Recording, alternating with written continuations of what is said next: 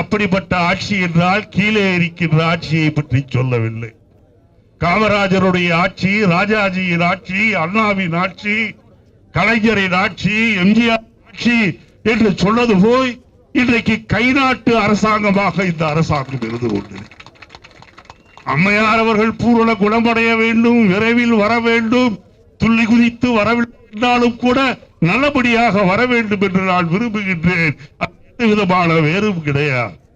ஆனால் ஒரு உடல்நிலை சரியில்லை என்று சொன்னால் கோடான கோடி மக்கள் பாதிக்கப்படவோ அங்கே ஆட்சியே இல்லாமல் கைநாட்டு போட்டு ஆட்சி நடத்துகின்ற ஒரு கேவலமான சூழ்நிலைக்கு தமிழ்நாடு தள்ளப்பட்டிருக்கின்றது. கருத்து சுதந்திரங்கள் இங்கே பறிக்கப்பட்டிருக்கின்றன. யாரும் எதிர்த்து பேசக்கூடாது.